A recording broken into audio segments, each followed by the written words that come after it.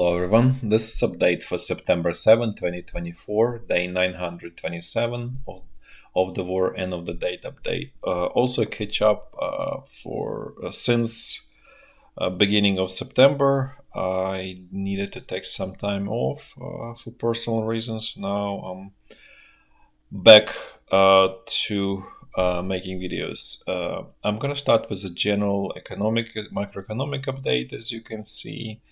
And then we're gonna look at situation on the battlefield, which is remaining extremely, I would say, bad, on the verge of catastrophic for Ukrainian army. But let's start first with macroeconomic situation. So I'm going to talk just about the US. Germany situation continues to deteriorate. I don't want to even repeat the same numbers. We've seen manufacturing is dying in Germany. Construction is also down, and at this point also looks like service part of the economy is also cooling down significantly and probably will go in the negative territory pretty soon. So this is will lead to significant, eventually, political changes in Germany. The biggest strategic problem is that this may basically give Germany to, let's say, Russia and China, this alliance, as effectively a high unemployment and overall general situation there will lead to either social unrest or very sharp political changes, where there will be demand to reestablish economic relationship with Russia and China. The problem with all of this is actually going back is this fight on conventional energy. That is the most aggressive in Germany relative to most of the other countries. And that's really, that drive is literally pushing Germany in Russian hands, and that's the biggest problem. This is clearly policy mistake. Now let's move to the US, and there's a significant amount of data that came. First, manufacturing in the US is clearly not rebounding. It's in negative territory, and then two independent sort of producers of this data, ISM, or stands for Institute for Supply Management, and then S&P, they actually corroborate each other, which gives more significance to this data. And you see this is firmly in a negative territory for the US. The biggest actually problem is that actually prices are significantly up, as you can see. So they are in positive territory, which means there is significant inflation in the pipeline. And S&P doesn't publish prices in free version of their data, but qualitatively they also stated that prices are up. What this really means is that US Central Bank, which is called Federal Reserve, is planning to cut rates. It's just only a question of is it going to be 0.25% or 0.5%. This very likely will reignite inflation in the US and generally in the West, and actually across the world, across the globe. And this is one of the clues that this is going to happen, because prices are still still high, and they are not deflating, despite actually overall bad situation in manufacturing, where the producers cannot, you would expect that they're not able to pay higher prices, yet they have to because they have no choice. So essentially there's going on very ugly profitability situation, meaning there is actually loss. P&L is basically in many manufacturing firms are pretty ugly. Probably mostly many of them are losing money. So this really paints pretty ugly picture of stagflation. So basically, high inflation and economic construction, and that's where it's apparently heading. Then let's switch to the labor market in the US, because that's really the driver of the rest of the economy, because roughly 70% of the economy is consumer spending, and that's what really drives US GDP. So there are multiple signs that economy is cooling, and in terms of labor market. The job openings is down. This is very obviously highly unreliable number, but yet it still points in a negative direction. Where it's more reliable number is ADP, because this is actually money that's being paid to people who work. So you cannot, fabricate those numbers. There is no incentive to fabricate them. So this is probably one of the most reliable numbers you can have. And it's fairly representative, because its ADP is covering roughly 80.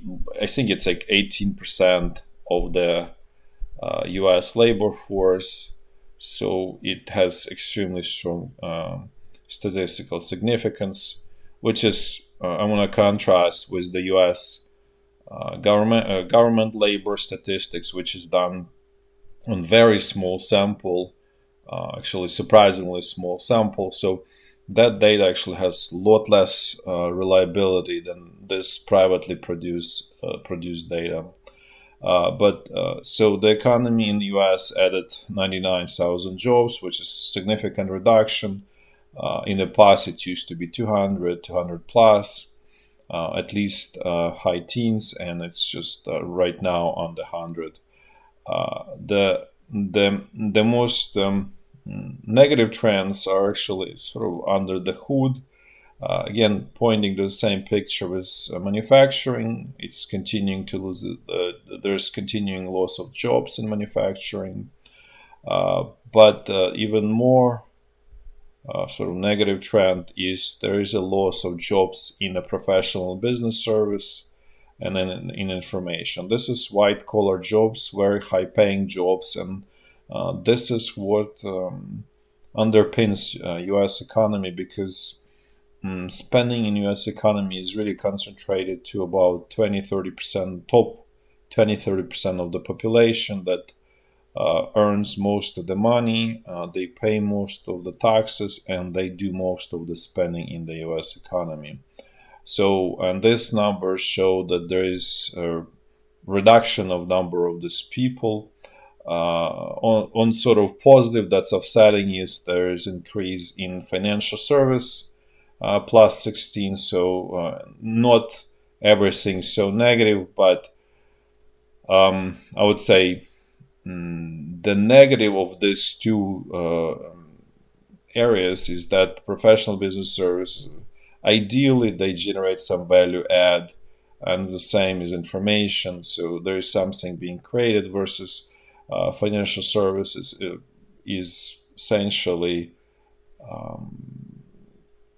basically those people working on the over leveraging overall U.S. economy in any area. So it's basically more people in banking and similar financial service, which is already, it's more of redistribution of produced value add, and so therefore it's not ideal where you would want to have the growth of the economy overall. Otherwise, U.S. Job market still holds on.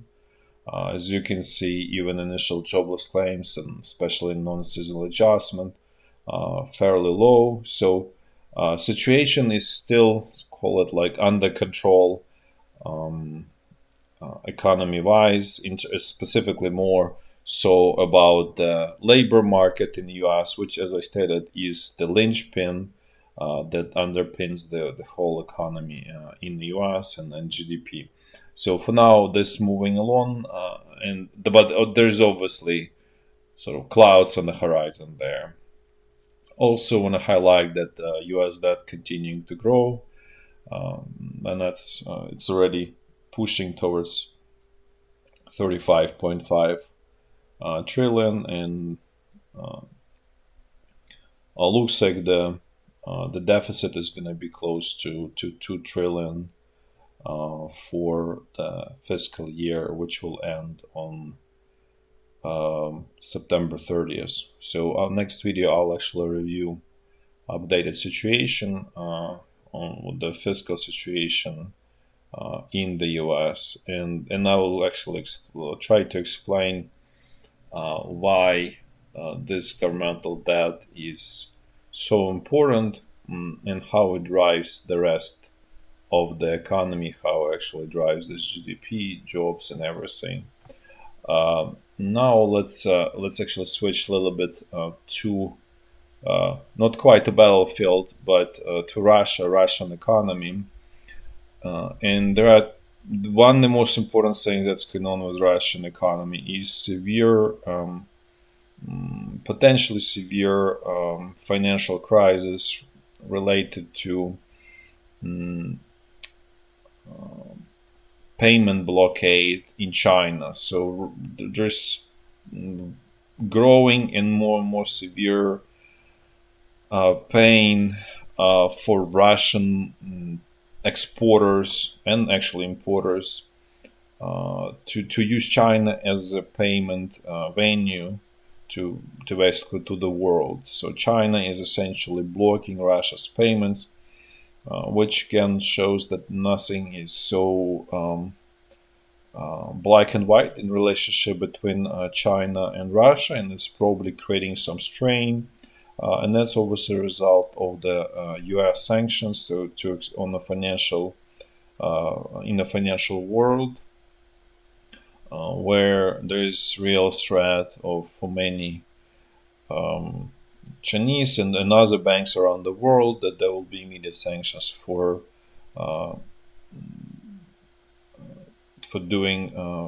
conducting payments with Russia and helping Russia to evade sanctions.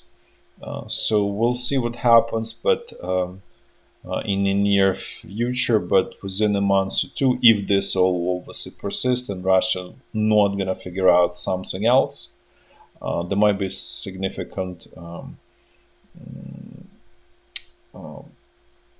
payment crisis in in Russia's economy.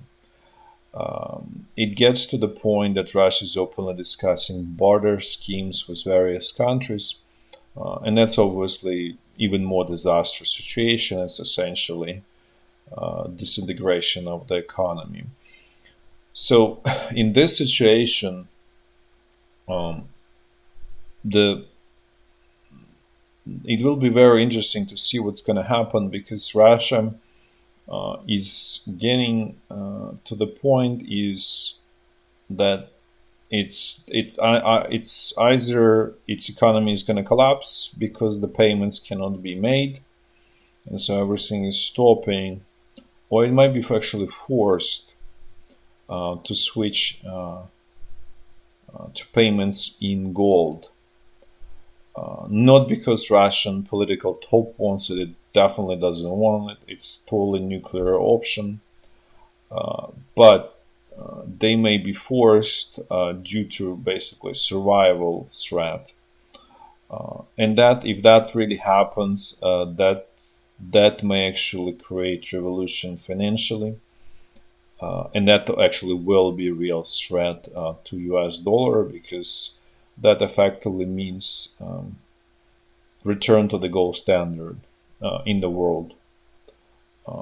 And obviously all currencies that are issued around the world, they are no match to gold, because effectively all of the currencies, they're not money, they surrogate, because they don't have they don't do the one of the functions of money is to save, preserve value. None of the what we call money, then it's not money. It's really just circular notes issued by various governments, and they don't preserve value. They lose value over time. So therefore, you really cannot call it money. Proper name is currency, and that's why, because it's from the word circulating, basically circular notes that basically enable payments but don't provide the full functionality of the money. So if that's going to happen, that's, as I stated, well, first of all, finish the process of the economic realignment that's been going on in the world, and war in Ukraine just a manifestation of that realignment.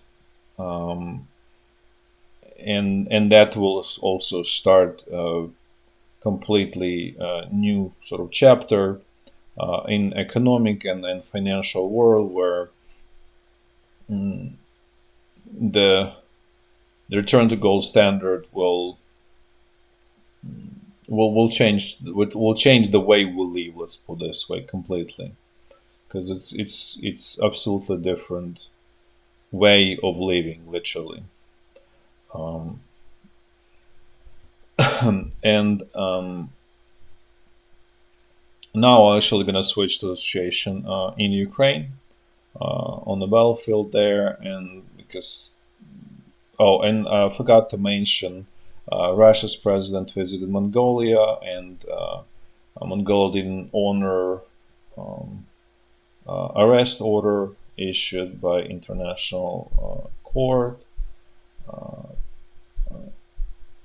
and it's actually not surprising, because there is a more and more separation between the West and the rest of the world, and the rest of the world is simply pursuing its own economic interest, as the West is, I would say, losing its economic power, or its actually economic attraction, probably better way to say it. The rest of the countries, they don't see a point of following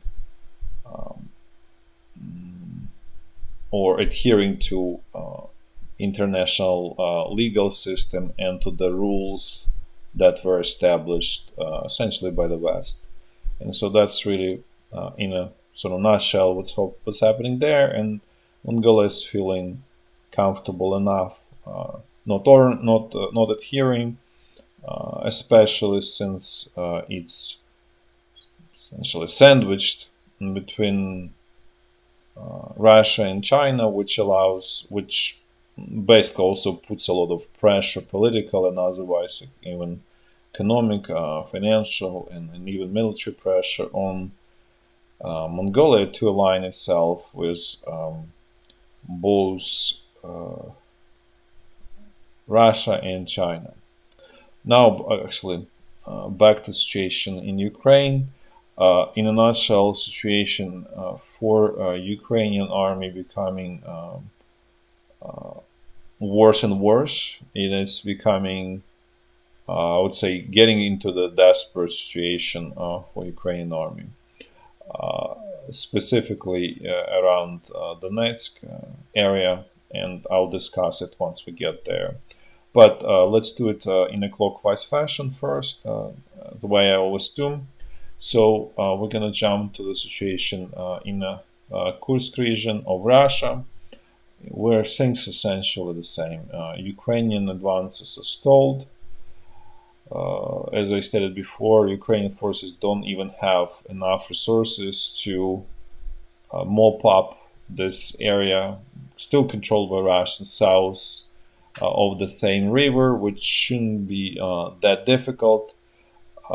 Russian side does not have resources also to basically push Ukrainian forces out. So it's a stalemate, and it's in some way, it's a strategic calculation by Russian political top, where they realize that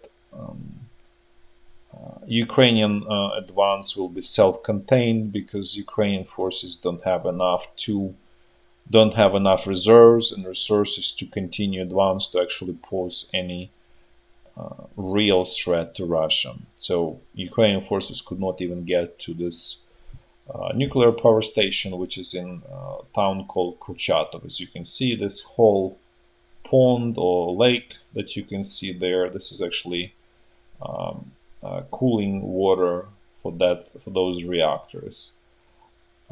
So again, this essentially doesn't do anything for Ukraine and Russia, and from what I just want to reiterate the same thing that I stated from the beginning of when this invasion started, is that it was excellent tactical move, but strategically it's dead end and road to nowhere, and potentially could be very disastrous. Now let's look at the situation northeast of Kharkiv.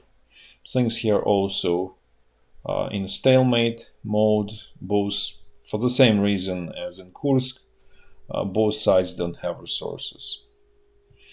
And in some ways, this Russia's attack towards Kharkiv, since I think it was May, is the same misguided decision that Ukrainians' invasion in Kursk, except Ukrainian decision is much larger, consuming many more resources than Russia's decision. But they both mistakes strategically by both sides. Now let's look at the situation North Lugansk section of the front line. Things remain more or less the same. Russian forces pushing in the same areas, which is towards Kupiansk from southeast, and then in around Makiyivka and in this Nevsky and Novodane area as well as Terny. So those major pressure points by Russian military. Relatively speaking, the situation here on this section of the front line is contained by Ukrainian forces. Now let's look at the situation in the North Donbass front line. Things in the northern sector also fairly contained. There are some advances by Russian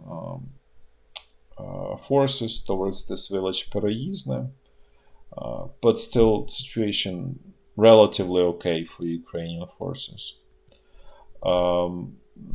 Also around Sukhyy Yar, similar situation. Russian forces don't have enough resources and reserves to continue attack, because attacks here are expending a lot of resources, and Russia does not have them here at this moment.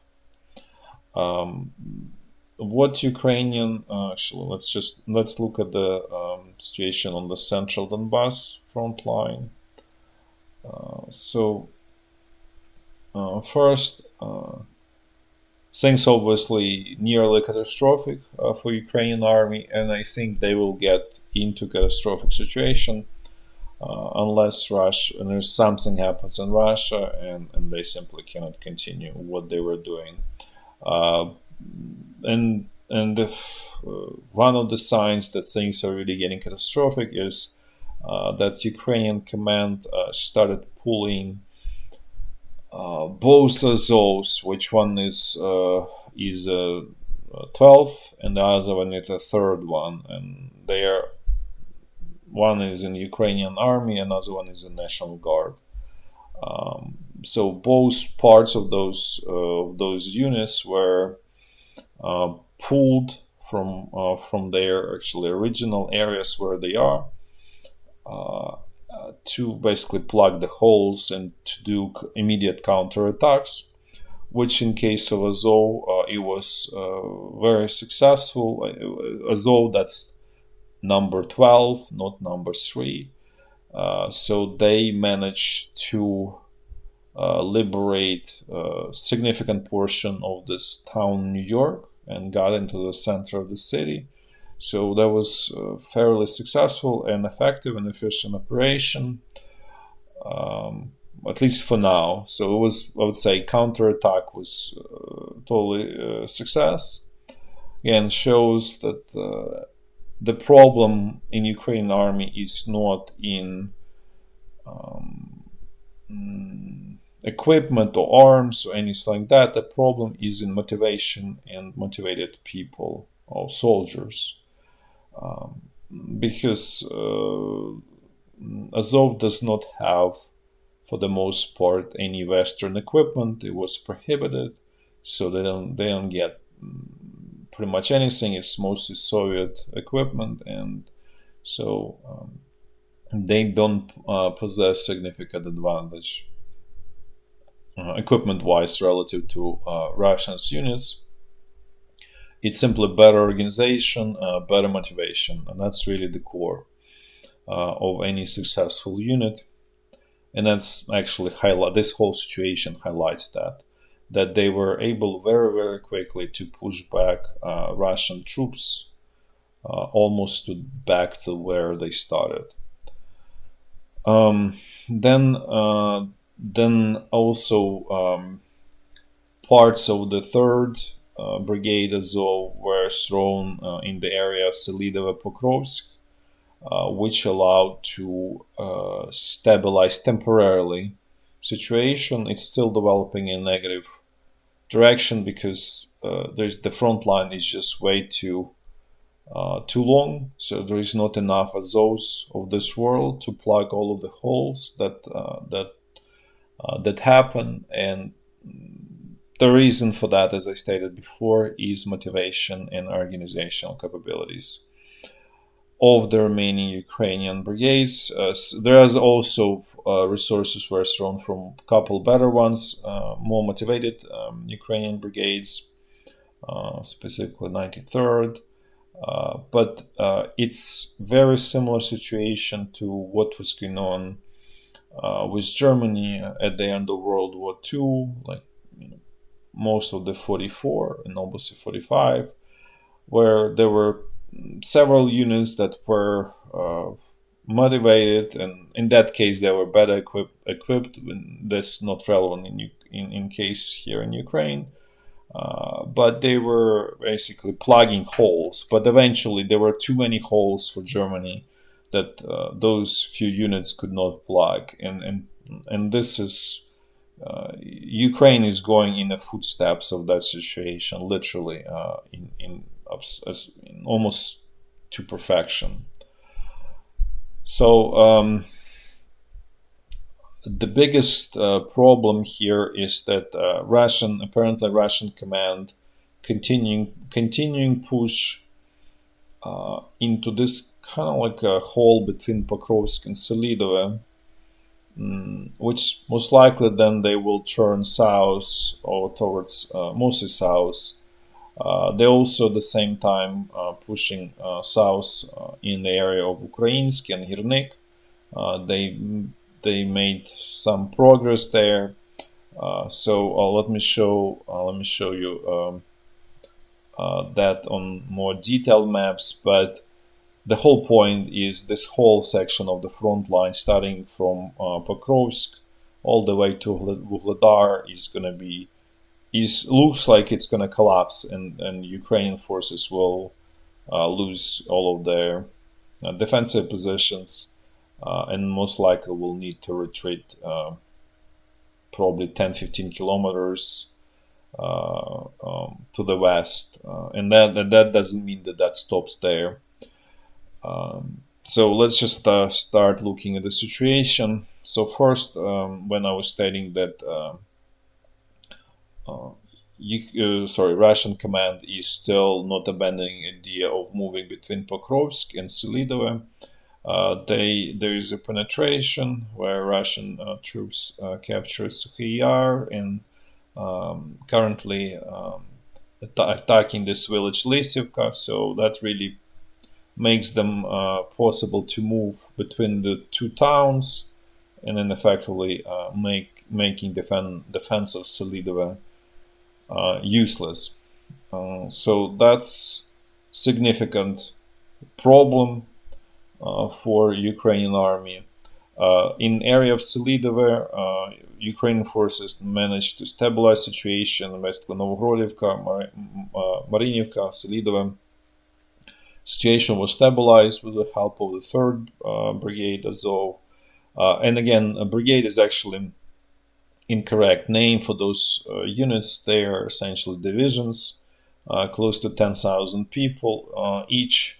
So, that's, I would say, as I said, incorrect name for those units. Now let's move a little bit south in the same area, and situation. And apologies, actually, this is showing prior from prior videos. You can see there was the front line was normal and there was no penetration in the Sukhyy Yar area, which is the only change, but it's very significant and important change that in normal situation would require counterattack and elimination of this penetration, but not in the condition in which Ukrainian troops are. So now let's look a little bit south of Selidove, where things are continuing to deteriorate. So what happened is that Ukrainian forces are, with the help of reinforcements, managed to sort of stop Russian troops in Ukrainsk and then in Zhelanne Pershe. So those were sort of they're holding on, but Russian command is, I would say, getting more and more savvy tactically. So they just started advancing between these two points, and they advanced all the way to Hirnik, basically, and they are attacking Hirnik at this point. So this also tells that a progress of Russian command and an ability to conduct warfare in sort of proper way, which poses grave threat to Ukrainian army, because Ukrainian command is not capable of doing the same. So if I were to contrast, Russian command is making slow but progress, and there is zero progress on Ukrainian side. So that's one sort of problem, or sort of development of the problem. The other part of the problem is that Russian troops managed to advance in remnants of Krasnohorivka that were controlled by Ukrainian forces, completely squeezed them out from Krasnohorivka, so it's fully in Russian hands, and that really makes this bottleneck is even tighter. So at this point, this Zhelanne Pershe is really key point that prevents encirclement of Ukrainian troops in this pocket around Nevelsk, as you can see. And it's possible that Ukrainian command will decide to withdraw because it's so sort of long and deep into territory controlled by Russia. The withdrawal will be definitely disorderly, and significant amount of equipment probably will be lost. So for Russian side, is really the key objective is to capture this Zhelanne Pershe, or actually move, sort of evade Hirnik and continue moving between this urban area and sort of continuing making even deeper encirclement of Ukrainian troops, and making the whole situation much worse by moving in west of Hirnik, essentially, to this Volcha or even Stary Terny. So again, Russia's command has a lot of options, and all of these options are leading to pretty grave situation for Ukrainian army in this area. And going back to this reserves that were thrown, they just temporary sort of temporary resources that will stabilize for a short while situation, but long run it will continue developing in a negative direction for Ukrainian forces for the simple reason that they behind organizationally and motivate in terms of motivation and ability and commanding skills behind Russia, and that's really what drives Russia's success at this point. This is from the prior time, where from a prior video where there was expectation that Russian troops capture this Zhelanne Pershe, which did not happen, and as I explained just before, they decided then to move between Ukrainsk and Zhelanne Pershe, which they are doing, and capture this whole area all the way to Hirnik. Now let's look at Zaporizhya front line, where there are problems that are developing for Ukrainian forces here as well, that are more related also to this whole situation around starting all the way from Pokrovsk and all to Vugledar. So Russian troops attacked Ukrainian troops and actually managed to cut off this road between Velika Novosilka and Vugledar and captured two villages there, Prechystivka and Zolota Nyva, which were strongholds and important parts in protecting Vugledar's flank.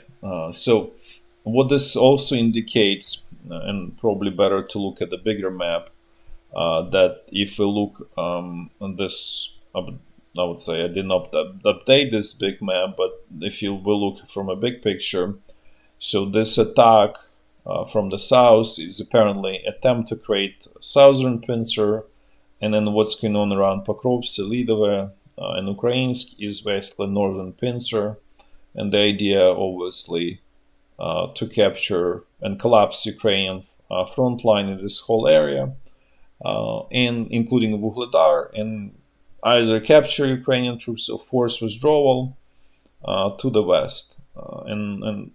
And then, as I stated before, there's essentially no meaningful defensive position between Pokrovsk all the way to Dnipro. And obviously Pavlograd is the next stop.